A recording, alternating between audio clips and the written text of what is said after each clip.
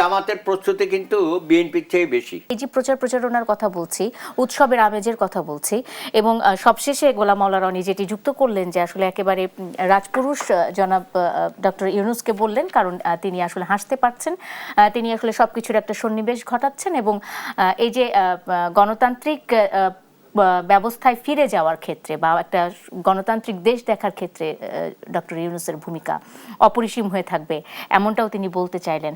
আমি আপনাকে নির্বাচনের আমেজ নিয়েই বলতে চাই। নির্বাচনটা প্রচারণা তো শুরু হয়ে গেছে, আলোচনা করারও সময় পাবো, কিন্তু আজকে প্রথম দিনের প্রচারণা দেখে আপনার কি মনে হলো, যে ধন্যবাদ, কি অবস্থা, কেমন লাগছে? আমাদের সমাজে না কিছু সন্দেহপ্রবণ এবং সন্দেহবাতিক কিছু লোকজন আছে, তারা গত 17 মাস বলে বেড়াচ্ছে যে ইউনূস খুব দ্রুততম সময়ে বাংলাদেশে কোনো নির্বাচন হবে না, তোমরা খামাখায় লাফালাফি করতেছো, সে দীর্ঘ সময় এখানে থাকবে। এই গ্রুপে আমিও ছিলাম। এবং আন্তর্জাতিক শক্তি তাকে বসেইছে, কন্টিনিউ করবে, এবং তার মাধ্যমে ব্যবসা বাণিজ্য যা আছে সব মোটামুটি বিভিন্ন দেশ তার কাছ থেকে নিয়ে নেবে এবং নিজেও করবে। কিছু করেছে অবশ্য আংশিক, কথাটার মধ্যে আংশিক সত্যতা আছে। আমি যেটা বলতে চাই, আমরা কিন্তু নির্বাচনটা ডিসেম্বরে চেয়েছিলাম, আমরা রাজনৈতিক দলগুলো। তো কোনোভাবে সেনাপ্রধানও বলেছিল যে ডিসেম্বরের মধ্যে নির্বাচন হওয়া উচিত। সেটা যাই হোক, শেষ পর্যন্ত লন্ডনের বৈঠকের মধ্য দিয়ে আমরা বুঝলাম যে ফেব্রুয়ারিতে নির্বাচন হবে। তখন ওই লোকগুলো বলতেছে, যদিও উনি বলতেছে ফেব্রুয়ারিতে হবে 2026-এ, আসলে নির্বাচন হবে না। এইভাবে দিনাতিপাত করতে করতে যখন শিডিউল আসলো, বলে শিডিউল দিচ্ছে ঠিকই, কিন্তু শিডিউল অনুযায়ী নির্বাচন হবে না। নমিনেশন হয়ে গেল, উইথড্রল হয়ে গেল, এখনো বলে 12 তারিখে নির্বাচন হবে কিনা।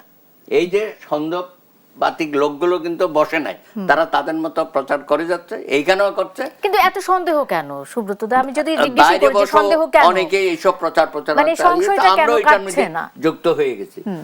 এখন বলবে কি, হ্যাঁ 12 তারিখ নির্বাচন হবে, তবে ক্ষমতা হস্তান্তর হবে না। ওই যে গ্রামে একটা কথা ছিল না, ওই ছেলেরা পরে কলেজে বলে যে কলেজ থেকে পার হইতে পারবে না, পাশ করতে পারবে না, পাশ করলে বলবে যে চাকরি পাবে না, চাকরি পেলে বলবে যে বেতন পাবে না, তারপর বলে যে বিয়ে করতে পারবে না। আমাদেরও এই বাতিকে হয়েছে। যাই হোক, সকল জল্পনা কল্পনার অবসান ঘটিয়ে 12 তারিখে বাংলাদেশে দীর্ঘ প্রতীক্ষিত একটি নির্বাচন অনুষ্ঠিত হতে যাচ্ছে।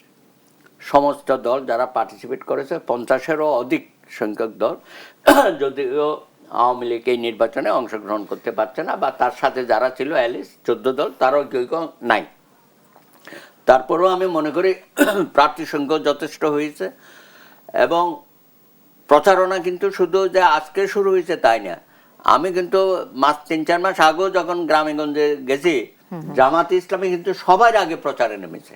যদিও তারা বলতো নির্বাচন আরো দেরিতে হোক, এখনো পরিবেশ নাই, সক্ষমতা নাই, এইসব কথা বলতো, কিন্তু আমি দেখেছি সবার আগে জামাতে ইসলামের পোস্টার টোস্টার, কারণ তারা প্রায় 300 আসনে তাদের প্রার্থী কিন্তু দিয়ে দিয়েছিল, এবং তারা প্রত্যেকেই যার যার এলাকায় কাজ করেছে, পোস্টার টোস্টার ছাপিয়েছে। আমাদের হাইকোর্টে আমাদের কিছু বন্ধু বান্ধব আছে, তারাও প্রায় সকলকে জিজ্ঞেস করছি তুমি কোন এলাকায় দাঁড়াইছো, যে আমার তো ভাই ওখানে দিয়েছে, ওখানে দিয়েছে, এটা প্রত্যেকেই। তো সুতরাং জামাতের প্রস্তুতি কিন্তু বিএনপির চেয়ে বেশি। বিএনপি কিন্তু এত আগে থেকে নামতে পারে না, কারণ তাদের প্রার্থীটা যাচাই বাছাই করতে করতে অনেক সময় শেষ মুহূর্তে এসে তারা করেছে।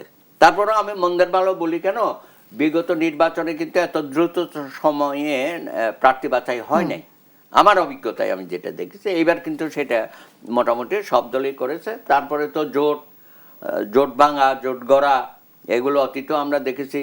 ওই সকালবেলা এক গ্রুপ গিয়া 32 নম্বরে দেখা করতো, ওখানে কোনো দেয়ান দরবারে না মিললে পরে আবার 27 নম্বরে বেগম জিয়ার সাথে গিয়ে দেখা করতো, আবার ওখান থেকে বেরিয়ে এখানে আসতো। সুতরাং জোট ভাঙা গড়া বা প্রার্থী অদল বদল এগুলো আমরা আগেও দেখেছি। এইবার অবশ্য সেই পর্যায়ে হয় নাই।